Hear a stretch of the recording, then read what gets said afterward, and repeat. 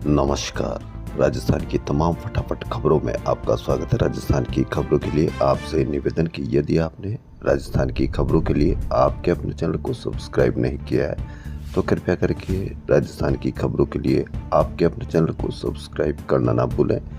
आप सब्सक्राइब करते हैं तो हमें हिम्मत होती है सही और सच्ची खबरें आप तक पहुंचाने की, वरना मीडिया में किस तरह की खबरें आपको दिखाई जा रही है, यह आप इसका अंतर यदि समझ लेंगे तो आपको खबरों को देखना आना शुरू हो जाएगा।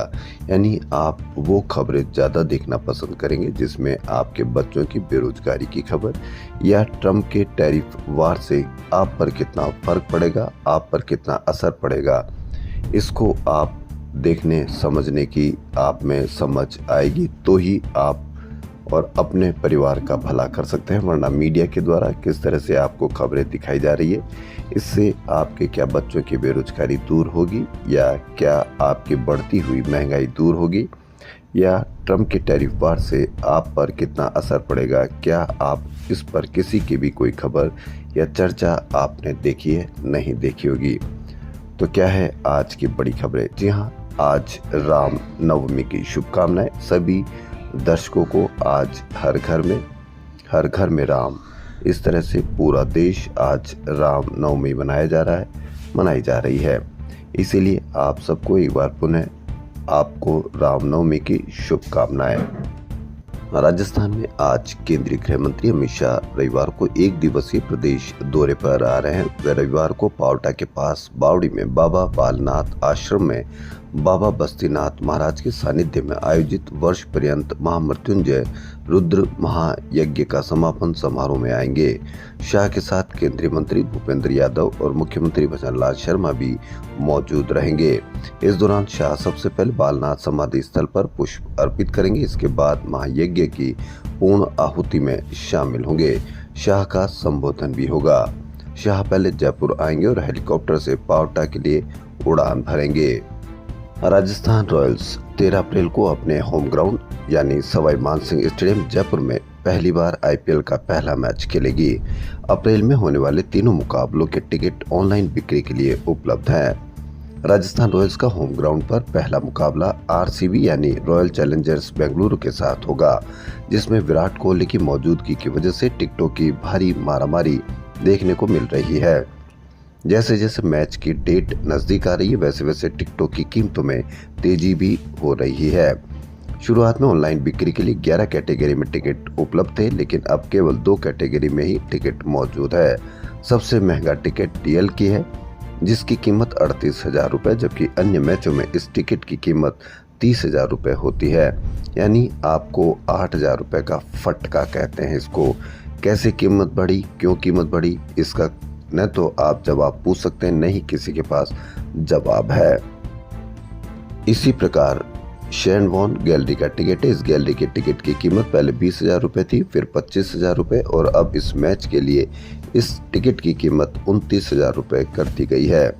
डीएल और शेन वॉन गैलरी के अलावा अन्य किसी कैटेगरी का टिकट उपलब्ध नहीं है। मिस राजस्थान 2025 का पहला ऑडिशन 13 अप्रैल को जयपुर में होगा। ऑडिशन में राजस्थान के कई शहरों और गांवों में मॉडल्स शामिल होगी। आयोजक योगेश मिश्रा ने बताया कि audition hotel prime safari Jaipur में होंगे, जहां रजिस्ट्रेशन कराने पार्टिसिपेंट डायरेक्ट ऑडिशन दे पाएंगे। Eligibility criteria 5 feet 3 inch height और 17 से 28 वर्ष उम्र रखी गई है।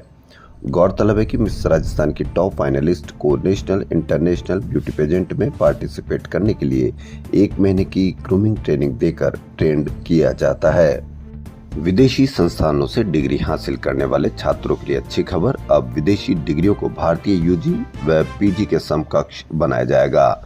इसके लिए यूजीसी ने विदेशी शिक्षा संस्थानों से प्राप्त क्वालिफिकेशन को मान्यता व समानता प्रदान करने के लिए रेगुलेशन 2025 बनाए। इसके लिए छात्रों को पोर्टल पर आवेदन करना होगा। जानकारी के अनुसार डिग्री को बराबरी का दर्जा देने के लिए स्थायी समिति का गठन किया जाएगा। ये समिति विदेशी संस्थानों का रिकॉर्ड, वहां के सिलेबस आदि की जानकारी हासिल कर मान्यता देगी। वहीं इस साल भारत में कैंपस खोलने के लिए करीब 50 विदेशी संस्थानों ने आवेदन किया था। सरकार ने मात्र 3 को ही देश में कैंपस खोलने की अनुमति दी है। शेष संस्थान शिक्षा मंत्रालय की ओर से तय किए गए मानदंडों पर खरे नहीं उतरे। भारतीय शिक्षा को अंतर्राष्ट्रीय स्तर पर पहचान दिलाने के लिए विदेशी संस्थानों को भारत में आने की इजाजत दी जा रही है। नेशनल एजुकेशन पॉलिसी 2020 में भी इसका प्रावधान किया जा चुका है।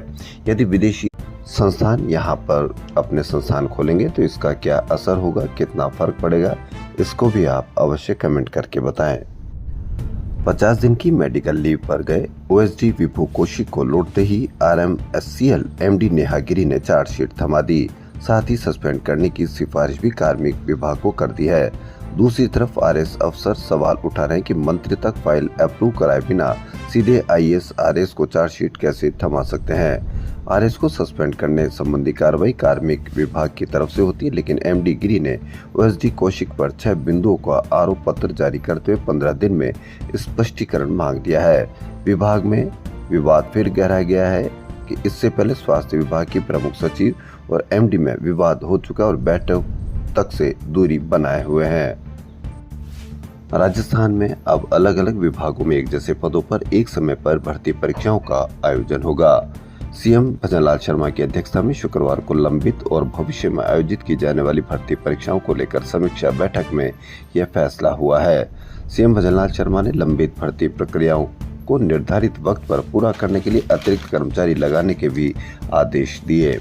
उन्होंने कहा कि राज्य सरकार 1.25 साल में ही 5 रोजगार मेलों का आयोजन कर 67,000 पदों पर नियुक्तियां दे चुकी है। अब हर 3 महीने में ऐसे मेलों का आयोजन कर युवाओं को नियुक्तियां दी जाएगी।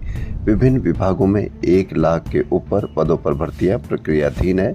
इन्हें लेकर मुख्यमंत्री ने अधिकारियों को निर्देश दिए हैं कि भर्ती विज्ञापन जारी करने, परीक्षा आयोजित करने, परिणाम घोषित करने के साथ ही डॉक्यूमेंट वेरिफिकेशन प्रक्रिया जल्द पूरी की जाए। सीएम ने नवगठित जिलों में भी पद सृजित कर शीघ्र भर्ती करने के निर्देश दिए हैं। वहीं राजस्थान में भीषण गर्मी का दौर शुरू हो गया है। पिछले हफ्ते पश्चिमी विक्षोभ के प्रभाव से तापमान 2 से 3 डिग्री तक लुढ़का था। विक्षोभ का असर खत्म होते ही पश्चिमी गर्म हवा ने दस्तक दे दी है। मौसम विभाग ने अगले 5 दिन लू चलने के साथ ही भीषण गर्मी का अलर्ट जारी किया है।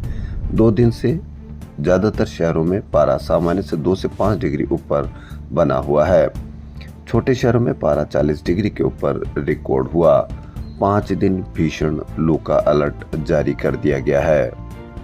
दुबई से लाए गए लॉरेंस गैंग के गुर्गे, डब्बा कॉलर आदित्य जैन के मामलों की जांच और पूछताछ के लिए एसआईटी बना दी। एसआईटी ने शनिवार को करीब 7 घंटे तक पूछताछ की। इस दौरान आदित्य ने कई बड़े खुलासे किए। राजस्थान समेत 6 राज्यों की छोटी छोटी गैंग को संरक्षण देने के बदले बंदी वसूलती है लॉरेंस गैंग। जी हाँ, ये बड़ी खबर और खुलासे के साथ आदित्य जैन से पूछताछ में सामने आया है। लॉरेंस गैंग मंथली बंदी लेने और अपने सिंडिकेट बढ़ाने के लिए राजस्थान, हरियाणा, पंजाब, दिल्ली, एमपी, महाराष्ट्र सहित अन्य राज्यों की छोटी छोटी गैंग सूची तैयार कर ली है। जयपुर में 200 फीट बाईपास पुलिया तक 160 फीट चौड़ा करने के मामले में जेडीए कार्रवाई को लेकर विवाद खड़ा हो गया। जेडीए जोन टीम शनिवार सुबह जैसे ही सड़क चौड़ाई के लिए डिमार्केशन करने पहुंची तो स्थानीय व्यापारी विरोध में उतर गए। दुकानें बंद कर प्रदर्शन शुरू कर दिया गया। व्यापारियों के विरोध की सूचना पर विधायक गोपाल शर्मा भी पहुंच गए और जेडीए अधिकारियों को जमकर लताड़कर काम रुकवा दिया। विरोध में व्यापार मंडल ने रविवार को बाजार बंद का ऐलान किया है। विधायक गोपाल शर्मा ने जेडीए अधिकारियों पर भ्रष्टाचार का आरोप लगाते हुए कहा कि जेडीए जितना भ्रष्टाचार मैंने 40 साल में कहीं नहीं देखा। हर चीज के पैसे बंधे हैं। विधायक की मौजूदगी में विरोध बढ़ता देख एक बार जेडीए टीम ने डिमार्केशन की कार्रवाई रोक दी। जी हां, बड़ा आरोप लगाया विधायक ने कि उन्होंने भ्रष्टाचार 40 साल में कहीं नहीं देखा। हर चीज के पैसे बंधे हैं जेडीए जयपुर में। साइबर ठगों ने सोशल मीडिया पर लोन देने के नाम पर मुख्यमंत्री भजनलाल शर्मा व दिल्ली की मुख्यमंत्री रेखा गुप्ता के फोटो लगाकर सोशल मीडिया पर विज्ञापन देकर ठगी करने का नया तरीका निकाला है। ठग अपने विज्ञापनों में लोगों को 50,000 रुपए से 5 लाख रुपए तक के लोन पर मात्र 50 पैसे सैकड़ा का ब्याज बता रहे। लोन चुकाने की प्रतिमाह राशि मात्र 1 लाख रुपए पर 1,000 रुपए EMI बता रहे हैं। यह विज्ञापन में मुख्यमंत्री की फोटो लगाकर लोन देने का झांसा, 1500 रुपए प्रोसेसिंग फीस के नाम पर हजारों लोगों से ठगी की जा रही है। इसलिए आप भी सावधान रहें और इस तरह के अगर आपको भी विज्ञापन मिलते हैं तो आप एक बार उसका सत्यापन अवश्य कर लें। आपको मीडिया पर किसका डर दिखाया जाता है जबकि असली डर ये दैनिक भास्कर की बड़ी खबर का है। उससे ही आपको असली डर होना चाहिए और आप सजग रहना चाहिए। 175 ब्लड बैंक की जांच, 166 में मिली कमी, 6 का लाइसेंस सस्पेंड, नोटिस भी दिए। कहीं डॉक्टर्स नहीं मिले तो कहीं ब्लड बैंक का रिकॉर्ड ही नहीं था। ये बड़ी खबर भास्कर की। राजस्थान के ब्लड बैंकों में भारी गड़बड़ियां जारी है। अधिकांश ब्लड बैंकों में ना तो ब्लड को सही तरीके से संधारण किया जाता है और न ही ब्लड की डिमांड और सप्लाई की पूरी जानकारी विभाग को भेजी जाती है। चिकित्सा विभाग की ओर से राजस्थान के 175 ब्लड बैंकों की जांच में यह सामने आया है। चौंकाने वाली बात यह रही कि इन 175 ब्लड बैंक में केवल 9 ब्लड बैंक ही ऐसे थे जिनमें से सब कुछ सही मिला। हालांकि शुरुआती दौर में 6 ब्लड बैंकों पर कार्रवाई करते हुए उनके लाइसेंस सस्पेंड किए गए, लेकिन ये सस्पेंशन कुछ ही दिनों का है। विभागीय अधिकारियों के अनुसार इन ब्लड बैंकों में तुलनात्मक रूप से अधिक गड़बड़ी थी, इसलिए तुरंत सस्पेंशन किया गया और जांच जारी है। जांच के पूरे होने और गड़बड़ियों का पता होने के बाद स्थायी रूप से भी इनका लाइसेंस सस्पेंड किए जा सकते हैं। इसके अलावा 5 ब्लड बैंकों को व्यवस्थाएं सुधारने और बेहतर करने के लिए चेतावनी नोटिस दिए गए हैं।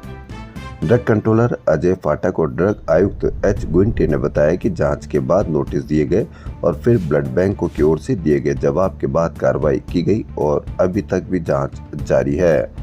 ब्लड बैंकों में जिन डॉक्टर्स को नियुक्त किया गया वह मिले ही नहीं। जहां डॉक्टर्स मिले वह रजिस्टर्ड नहीं थे। ब्लड बैंकों में ब्लड बैंक आए और कितने हैं इसका सही तरीके से रिकॉर्ड नहीं था। ब्लड बैंक से जितना ब्लड गया उसका कितने रुपए आए इसकी भी पूरी जानकारी बैंकों के पास नहीं थी। कई जगह गंदगी और डोनर के लिए सही तरीके से की जाने वाली व्यवस्था भी नहीं थी। यानी कितना इन्फेक्शन हो सकता है, कितना आया, कितना ब्लड गया, इसकी भी कहीं कोई खबर नहीं। इसलिए आपको असली डर इन चीजों का होना चाहिए, न कि जो आपको मीडिया दिखा रहा है उसका डर। जयपुर डेयरी के 50 साल पूरे होने पर शनिवार को बिरला ऑडिटोरियम में गोल्डन जुबली समारोह आयोजित किया गया। इस अवसर पर डेयरी ने 23 नए वेरिएंट और समिति सदस्यों की बेटी के लिए मायरा योजना लॉन्च की है। नए वेरिएंट में 3 कोल्ड कॉफी, 5 फ्लेवर्ड मिल्क और 10 कैंडी आइसक्रीम और श्रीखंड के 5 नए फ्लेवर्ड शामिल है। सरस की आइसक्रीम की कीमत कम से कम 5 रुपए रखी गई है। मायरा योजना के तहत जयपुर डेयरी में दूध देने वाले सदस्यों की बेटियों की शादी में 21,000 रुपए नकद दिए जाएंगे। शुरुआत में डेयरी एमडी मनीष फौजदार ने डेयरी विकास पर प्रकाश डाला। वहीं हेरिटेज नगर निगम जयपुर में आवारा पशु पकड़ने वाली ठेकेदार फर्म निगम क्षेत्र के बजाय गांवों से पशु पकड़कर शहर में छोड़ रही है। ठेकेदार के कर्मचारी गांवों के खेतों में घुसकर फसल खराब करने वाले आवारा पशुओं को वहां से अलग से अमाउंट लेकर पकड़ कर लाते हैं और निगम क्षेत्र से पकड़ना बताकर हिंगोनिया गौशाला छोड़कर फर्जी बिल बनाकर निगम से भी पैसा उठा रहे हैं। इससे परकोटे में आवारा पशुओं की संख्या में लगातार वृद्धि हो रही है। शहर में 40,000 से ज्यादा आवारा पशु घूम रहे हैं। यहाँ तक कि आसपास के गांव से दुधारू पशुओं को पकड़कर शहर में लाकर बेच भी रहे हैं। यानी दो तरीके से फायदा, दो तरीके से लाभ, लेकिन इसकी चर्चा आप कहीं पर भी नहीं देखेंगे क्योंकि चर्चा तो आपको कहीं दूसरी ही बताई जा रही है। कांग्रेस संगठन के जिलों में लंबे समय बाद बदलाव हुआ। संगठन के जिलों की संख्या 40 से बढ़ाकर 50 करने का फैसला किया गया है। हाल ही में प्रदेश कांग्रेस कमेटी की कार्यकारिणी की बैठक में जिला कांग्रेस कमेटियों के पुनर्गठन और विस्तार का प्रस्ताव पारित किया गया था। उसे अब अखिल भारतीय कांग्रेस कमेटी के अध्यक्ष मल्लिकार्जुन खड़गे ने मंजूरी दे दी है। इसके साथ ही अब राजस्थान में कुल 50 जिला कांग्रेस कमेटियां हो जाएगी। अब और ज्यादा नेताओं और कार्यकर्ताओं को संगठन में पद मिल सकेंगे। भीलवाड़ा में 2 टुकड़ों में तोड़ा गया। जयपुर ग्रामीण के भी पूर्व पश्चिम 2 भाग किए हैं। कांग्रेस हाईकमान ने भी इसे मंजूरी दे दी है। पार्टी 50 जिला कांग्रेस कमेटियां बनाएगी। रोचक यह है कि गहलोत राज में बनाए गए 17 नए जिलों में से 9 जिले भजनलाल सरकार ने खत्म कर दिए थे। वहीं राजस्थान प्रदेश कांग्रेस कमेटी की कार्यकारिणी की बैठक में जिला कांग्रेस कमेटियों का विस्तार एवं पुनर्गठन कर कुल 50 जिला कांग्रेस कमेटी बनाने का प्रस्ताव पारित किया गया था। एआईसीसी ने भी इसका अनुमोदन कर दिया। यह बदलाव को आगामी चुनाव की दृष्टि से कांग्रेस के संगठनात्मक ढांचे को और मजबूत करेगा, ये कहना है गोविंद सिंह डोटासरा का। राजस्थान की समृद्ध शिल्प और विरासत में योगदान देने वाले कारीगरों और उनके परिवारों को निःशुल्क नेत्र जांच और दवाइयां दी गई। साथ ही जिन कारीगरों और लोगों की आंखें कमजोर थी उन्हें निःशुल्क चश्मे भी वितरित किए गए। शिल्प काम करने वाले कारीगरों की आंखें कमजोर तो 700 चश्मे बांटे गए। फिक्की लेडीज ऑर्गेनाइजेशन, दिया कुमारी फाउंडेशन व सहाय नेत्र चिकित्सालय की ओर से लगाए गए शिविरों में सैकड़ों लोगों को परामर्श और चश्मे दिए गए। अमेरिका की ओर से भारत पर 26% टैरिफ का असर दिखने लगा। पहले किए गए सौदों के तहत जो माल 2 दिन में अमेरिका पहुंचा या पहुंचने वाला, उसकी डिलीवरी लेने के लिए आयातकों ने डिस्काउंट मांगना शुरू कर दिया है। उनका तर्क है कि नए टैरिफ के तहत अब उनकी लागत ज्यादा बैठेगी, उत्पाद महंगे होने पर बेचना मुश्किल होगा। इसके मद्देनजर नुकसान की भरपाई के लिए डिस्काउंट जरूरी है। इससे प्रदेश के निर्यातकों के लगभग 5,000 करोड़ रुपए के सौदे प्रभावित हुए हैं। बता दें कि राजस्थान से होने वाले सालाना 80 से 85,000 करोड़ रुपए के निर्यात का करीब 20% अमेरिका को होता है। रत्न आभूषण निर्यात का तो लगभग 50% अमेरिका को भेजा जाता है। हालांकि रत्न आभूषण निर्यातक अमेरिकी टैरिफ से बचने के लिए रास्ते तलाश रहे हैं। मसलन सीधा अमेरिका को निर्यात नहीं करें, ऐसे देशों के जरिए माल बेचा जाए जिन पर अमेरिकी टैरिफ कम है। वहीं अशोक माहेश्वरी ज्वेलर्स एसोसिएशन, उनका कहना है कि अमेरिका में होने वाला जवाहरात का निर्यात ठप हो गया, ऑर्डर कैंसिल हो रहे हैं, इसलिए हमें दूसरे बाजार तलाशने होंगे। ये भास्कर की बड़ी खबर सांगोद कोटा की। जी हां, सांगोद से 5 किलोमीटर दूर हिंगी के डॉक्टर भीमराव अंबेडकर बालिका आवासीय स्कूल में 6ठी कक्षा की छात्रा के साथ बेरहमी से मारपीट करने का वीडियो वायरल होने के बाद प्रशासन हरकत में आ गया। इस वीडियो में प्रिंसिपल सुरेश कुमार मीणा छात्रा के साथ मारपीट करते दिख रहे हैं। एसडीएम सपना कुमारी और एसएचओ लाखन सिंह ने शाम को स्कूल के हालात जाने। बातचीत के दौरान छात्राओं का गुस्सा फूट पड़ा। वह मेन गेट पे आकर प्रिंसिपल को हटाने की मांग करने लगी। छात्राओं ने आरोप लगाया कि प्रिंसिपल उनके साथ बुरा बर्ताव करते हैं। एसएचओ लाखन सिंह ने छात्राओं को कार्रवाई करने का भरोसा दिया।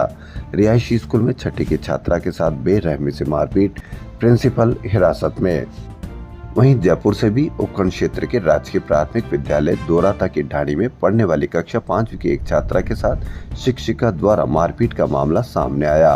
परिजनों का आरोप है कि शनिवार को शिक्षिका ने 8 वर्षीय छात्रा को 5 अंग्रेजी शब्दों के अर्थ याद करने को कहा था। कक्षा में पूछे जाने पर छात्रा केवल 4 मीनिंग ही सुना पाई, जिससे नाराज होकर शिक्षिका ने डंडे से ताबड़तोड़ मारपीट शुरू कर दी। 1 मीनिंग नहीं सुनाने की सजा 17 डंडे। जी हां, बालिका के शरीर पर 15 से 17 चोटों के निशान हो गए हैं और पीठ बुरी तरह से लाल हो गई है। छात्रा के परिजन जमवा रामगढ़ थाने पहुंचे और शिक्षिका के खिलाफ परिवाद दर्ज कराया। अब देखना यह है कि उसके खिलाफ क्या कार्रवाई होती है। जवाहर कला केंद्र की सुरेखा आर्ट गैलरी में फोटो वॉक और फोटो आर्ट एग्जीबिशन का आयोजन किया जा रहा है। उद्घाटन पूर्व कला एवं संस्कृति मंत्री डॉक्टर बीडी कल्ला ने किया। आर्टिस्ट पूजा अग्निहोत्री ने बताया कि प्रदर्शनी में वाइल्ड लाइफ, फूड और संस्कृति के विभिन्न आयाम दिखाए गए हैं। वहीं पूर्णिमा ग्रुप के संस्थानों में शनिवार को 10वां मिनी दीक्षांत समारोह आयोजित किया गया। कहानी अगर सरलता से आगे बढ़ती है तो अपने समय से आगे निकल जाती है। कहानी पढ़ते पढ़ते पाठक लोक और अनुभूतियों को भी जोड़ लेते हैं। ये बात शनिवार को कौन से तत्व कहानी को कालजयी बनाते हैं विषय पर आयोजित सत्र में लेखक सत्यनारायण ने कही। कानोता में आयोजित कथा कहन कार्यशाला के दूसरे दिन इस सत्र में वरिष्ठ साहित्यकार नंद भारद्वाज और प्रबोध गोविल ने भी विचार साझा किए। भारद्वाज ने कहा कि स्त्री लेखन ने कहानियों को प्रासंगिकता दी है। मास्टर क्लास में नवीन चौधरी ने कहा कि किताब में कहानी ऐसी हो जिससे पाठक जुड़े। कंटेंट अच्छा होगा तो पाठक जरूर पढ़ेंगे। एक सत्र में शीलू ने अपने संघर्षों को बताया। राजस्थान इंटरनेशनल सेंटर में शनिवार को कव्वाली नाइट बाय रहमत ए नुसरत का आयोजन किया गया, जिसने संगीत प्रेमियों को एक सूफियाना और आध्यात्मिक अनुभव प्रदान किया। कार्यक्रम का नेतृत्व कलाकार सर्वजीत टमटा ने किया। रहमत ए नुसरत समूह की ओर से आयोजित कार्यक्रम में कव्वालियों, गजलों, सूफियाना कलाम और भजनों के माध्यम से कलाकारों ने अमीर खुसरो, बाबा बुल्ले शाह, मीराबाई और कबीर जैसे संत कवियों की कालजयी रचनाओं की संगीतमय प्रस्तुति दी। वुशु के गोल्डन बॉय जयपुर के मुकेश चौधरी विश्व कप खेलने चीन रवाना हुए हैं। जी हां, राजस्थान के मुकेश चौधरी को राजस्थान का वुशु का गोल्डन बॉय ऐसे ही नहीं कहा जाता। उन्होंने नेशनल स्तर पर इतनी सफलताएं हासिल की कि उन्हें गोल्डन बॉय कहने में किसी को गुरेज नहीं होगा। 5वीं राजस्थान पुरुष फुटबॉल लीग 6 अप्रैल से खेली जाएगी। इसमें 11 क्लब हिस्सा लेंगे। लीग होम और अवे फॉर्मेट में खेली जाएगी। हर क्लब को 20 मैच खेलने को मिलेंगे। 10 होम और 10 अवे मैच, कुल 110 मैच खेले जाएंगे। Champion team Akhil Bharatiya football महासंघ की तीसरी डिवीजन लीग के लिए क्वालिफाई करेगी। राजस्थान फुटबॉल एसोसिएशन के सचिव दिलीप सिंह शेखावत ने यह जानकारी दी। लीग की ट्रॉफी का अनावरण राजस्थान स्टेट स्पोर्ट्स काउंसिल के सचिव गजेंद्र सिंह सिसोदिया ने किया। लीग 31 मई तक चलेगी। अमेरिकी राष्ट्रपति डोनाल्ड ट्रंप के टैरिफ वार से दुनिया भर में मंदी की आशंका के बीच पिछले 100 साल में पहली बार 10 ग्राम सोने की कीमत 1 किलोग्राम चांदी से ज्यादा हो गई है। मसलन जयपुर में 1 किलो चांदी के भाव 91,000 रुपए, जबकि 10 ग्राम सोने की कीमत 91,400 रुपए रही। अंतर्राष्ट्रीय बाजार में तो 10 ग्राम सोने की कीमत में 1,027 ग्राम चांदी मिल रही है। इसके साथ गोल्ड सिल्वर रेशियो 102.7 हो गया है। उधर शनिवार को जयपुर में सोना चांदी में एक दिन में इस साल की सबसे बड़ी गिरावट रही। चांदी 5,000 रुपए घटकर 91,000 रुपए प्रति किलोग्राम और शुद्ध सोना 1,400 रुपए सस्ता होकर 91,400 रुपए प्रति 10 ग्राम रह गया। जेवराती सोना 1,300 रुपए गिरकर 85,200 रुपए प्रति 10 ग्राम हो गया है। राजस्थान की खबरों फिलहाल इतना ही। यदि आपको राजस्थान की खबरें पसंद आ रही तो आपके अपने चैनल को सब्सक्राइब करना ना भूलें। धन्यवाद।